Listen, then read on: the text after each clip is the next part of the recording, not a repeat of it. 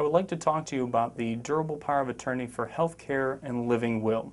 These were two separate documents up until January of 2007.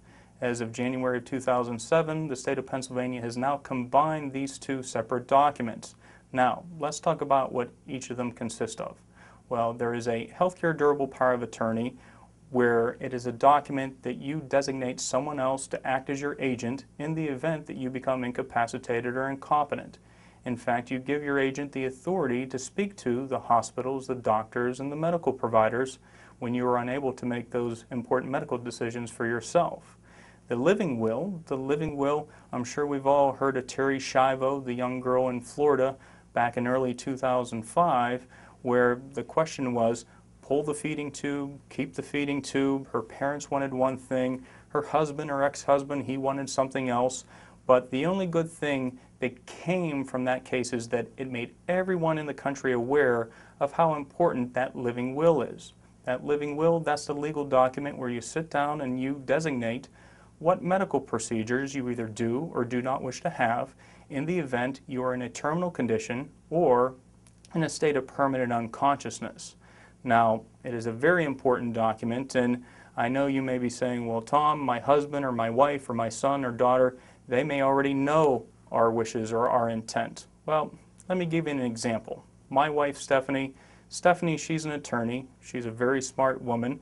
She knows we've had the discussion. I've told her, Stephanie, look, if I'm ever in this terminal condition or if I'm ever in a state of permanent unconsciousness like that Terri Schiavo case, I said, honey, go ahead, pull the plug. And I'm sure there are days when she wouldn't hesitate that she'd go ahead and just give it a quick yank. However, I like to think that Stephanie loves me, and what is love?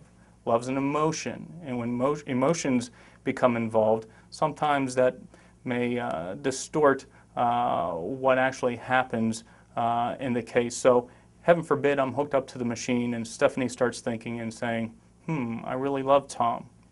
I know Tom said to go ahead and pull the plug, but I want to give Tom one more day. And then that day turns into a week, it turns into a month, turns into a year, and the next thing you know, I'm the next Terri Schiavo. Well, quite frankly, I don't want to have that happen, and that may be a stretch to think that I would be the next Terri Schiavo, but it is a possibility. I have a living will in place where my wife knows, and they're in writing, what my wishes are. That living will takes the burden and the pressure off her or other family members from making that important medical decision. So she doesn't have to worry or be stressed as to whether or not she did actually in fact make a right decision or a wrong decision. It's my decision. So again, the law did change in January of 2007. Those instruments used to be two distinct documents, but now they've combined the two into one.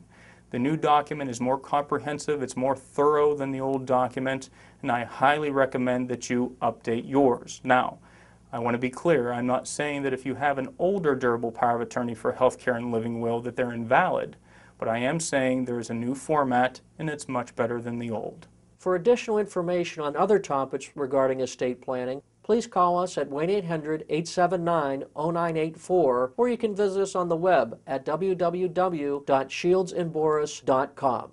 The Elder Law Offices of Shields and Boris, helping you protect your family legacy.